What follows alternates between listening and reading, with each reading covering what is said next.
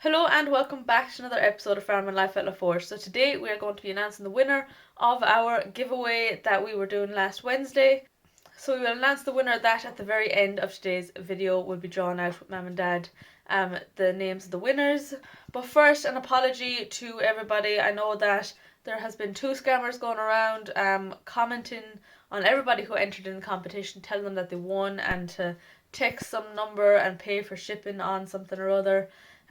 You don't have to pay for shipping. You shouldn't have to pay for anything. If it's not us when you click on the profile, if it's not us with our videos and the subscribers and everything, then don't answer them. But yeah, so very, very sorry about all of that. In today's episode, Dad is working on the H340. So the first bit of footage he's taken has been lost because I lost my folder with all my SD cards in it. So I'm still looking for that. But I have the last bit, so we'll show you that, putting the pump, so the hydraulic pump is leaking. So he'll be putting the pump back into the H340 and putting the wheel back on, and then he's actually taking the H340 out to go spread fertilizer. And he will also show you some of the cattle out in the field while he's feeding them with the Manitou. And yeah, so I hope you guys enjoyed today's video. As always, if you do, please give it a thumbs up and subscribe to the channel to stay up to date on our farming lives here in France. So I have the hydraulic pump out. I got the seals. There's the set of seals there. Where's the two big ones now? The one that was causing the problem. I have it here in the pocket, but I got a new set of seals for the whole lot of the gasket. There is the little seal that was gone. That's the pressure one, and this is the return. So I got the two and new gasket. It started leaking oil a bit there when I was spraying last October or September, whatever. So it got worse since, so I just said I'd do it. There's the pump, the big baby. Hopefully I'll get this back together this evening and get the oil on it and it stop leaking. So I have the hydraulic pump in and the brakes are bled and all, and there doesn't seem to be any oil leaks. I give it another bit of a wash there and had it running for a long time. So I have a pin to do here now and I bring it into the workshop. That pin for the hitch was missing, and I have to make a pin for it. I think that's most of the leaks. So yeah, just get on the wheel now and just see fix that pin, and we're back in action.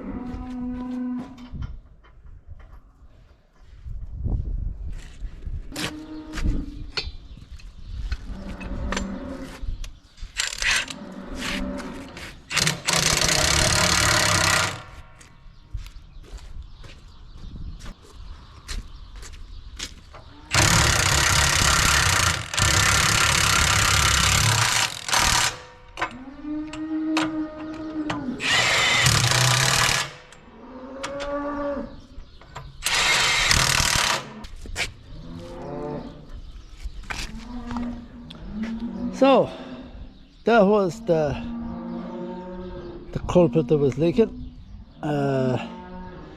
Seems to get worse and worse. So hopefully it'll stay okay now. So I put in the full set of seals And wheel is on now, let's on the jack and give her up the tools. Sorry for all the cows roaring in the background, but we're winning calves. And I'm going to give her a right good wash now. She's very dusty. Okay.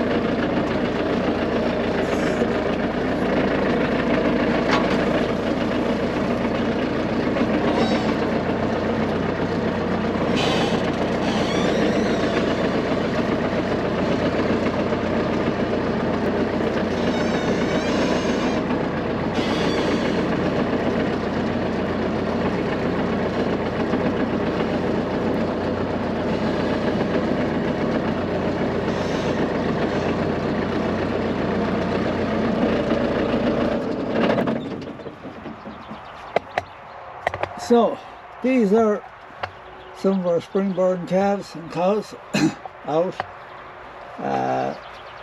These are moving on now after the weekend. Keep them close to the house for about 10 days just to make sure they're all well settled in. And actually one of these have to come in. There's a cow there a bit lame. So yeah, that's we have 3 groups now around the house that's ready to be shifted on. There's only 2 groups getting maize. These calves are about a month old or that. If you're feeding cows maize to very freshly calved cows, well, I find sometimes the calves can get a kind of a milk scour.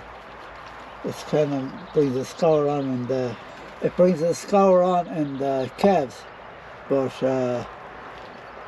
I like to give them maize and minerals now for about maybe a month or that, and I usually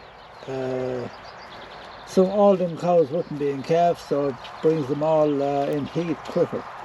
So you can see there that some of the calves very young. So that's it. It's a lovely morning, and they're still getting a bit of hay as well. The grass is okay, but they're eating it fairly quick, even though we have very warm days, but the nights are cool.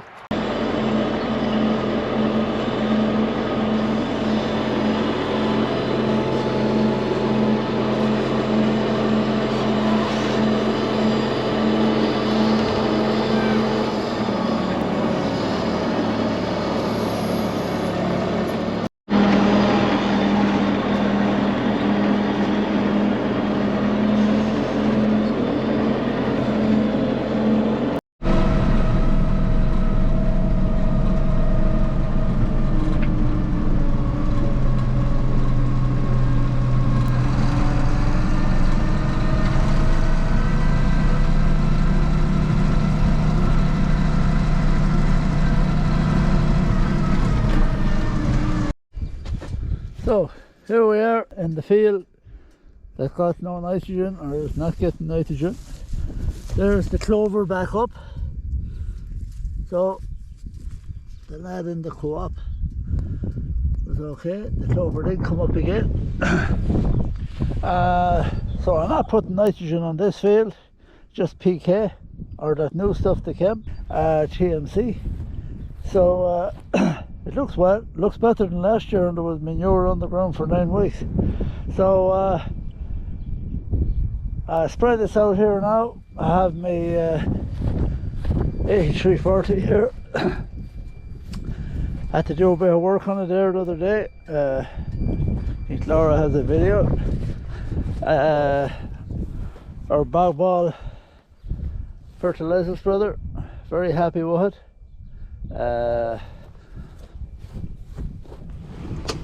There it is. There's 4 bags in it. There's a fair strong smell off of that, 'Fertilizer. So hopefully I have good things to say about it. Other than that, now it's okay. Like I said, I have big white wheels on the back of her for that. Now I happened to wait on the front today, but normally I'd have another bag on the back, but I didn't overfill it. So I just get at this and show you.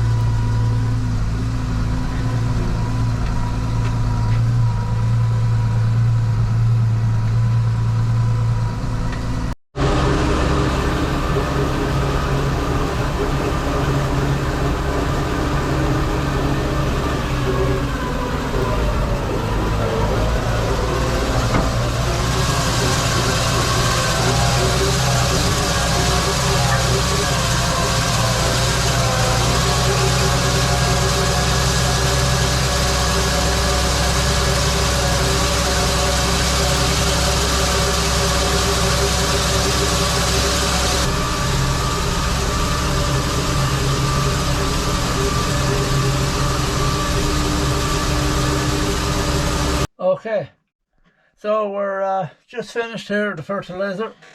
We'll have to come back again now later on with a bit of just nitrogen. And corn is looking pretty well. This is the tricky cow, and it's up real well. So they're all whining on this about prices of things and that, and I think a lot of good might come out of all these price rises, because everyone is coming up with ideas now to save money and do all these things, cut back on fertilizer, save doing a lot of tractor work, spare diesel. Now, our diesel bill will be the biggest one hurting us. Other than that, most of the French people and us here as well, we're all fairly self-sufficient. So except for diesel and that, we have our own seed. We use a lot of the yard manure, or whatever you want to call it. Over France, it's called fumier.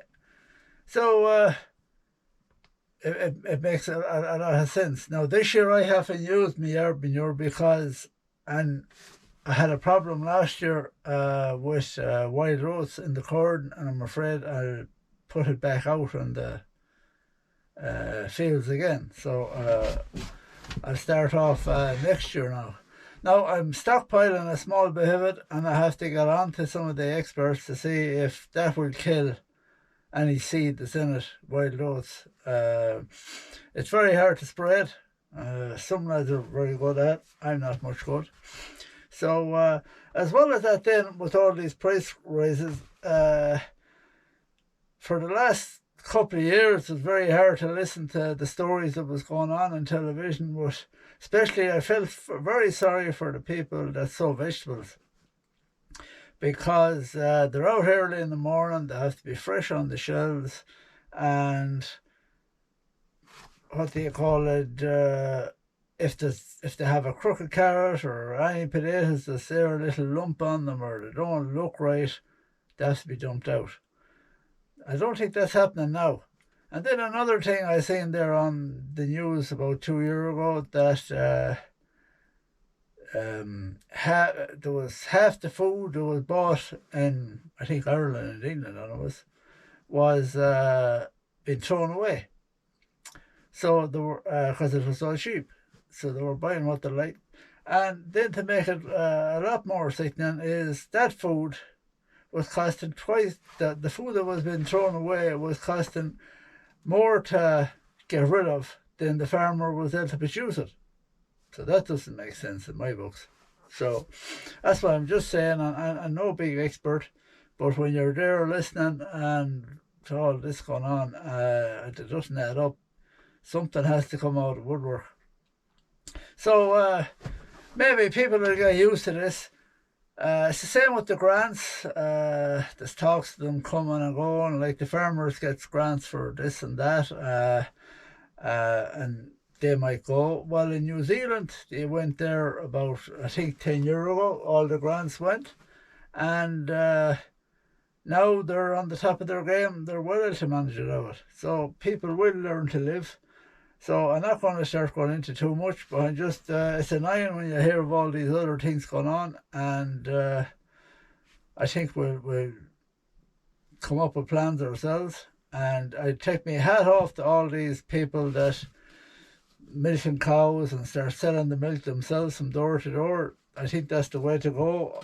I'm not held to do it over here. Well, we're not at milk, but Emily would love to go at something like that.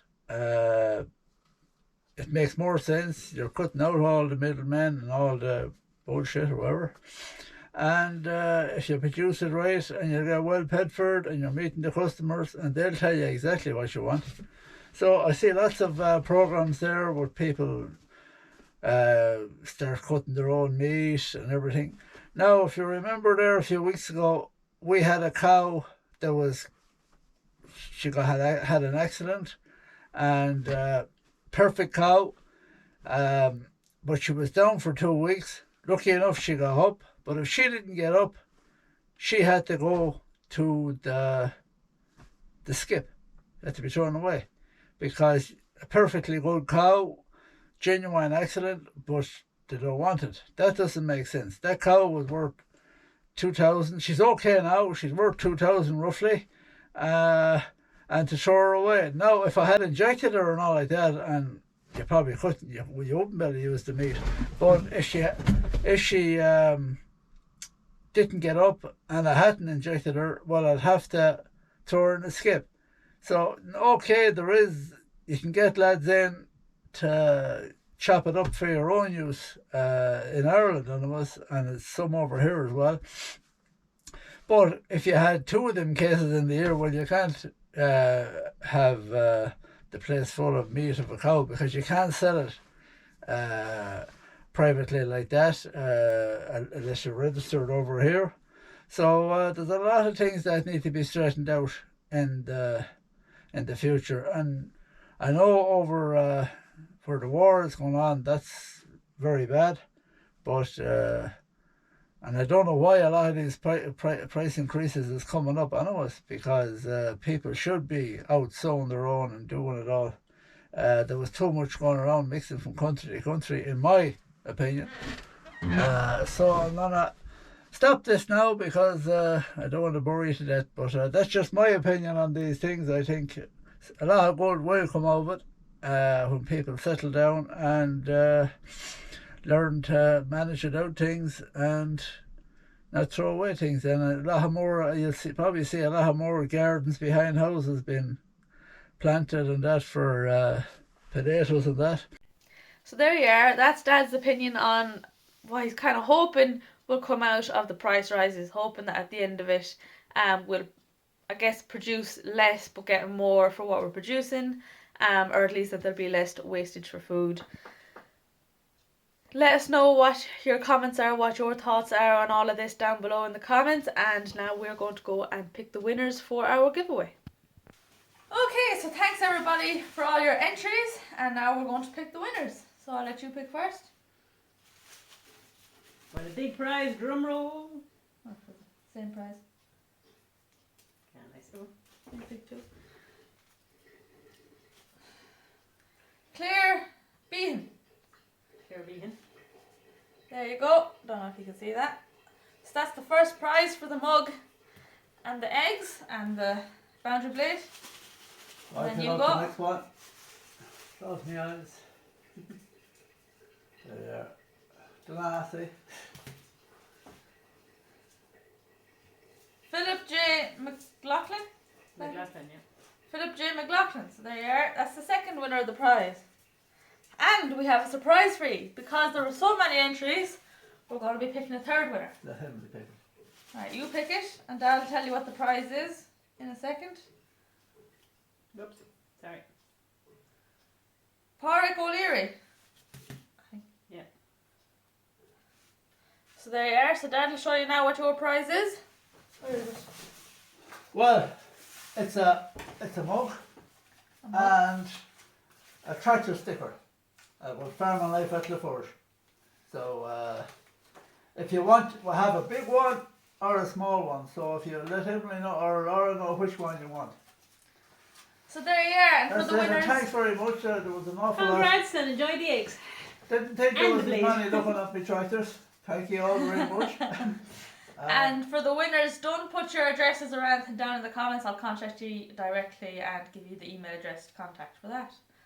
So yeah, so thanks very much and happy Easter everybody. Well, it's not yet. Ta-ra. Easter. Goodbye.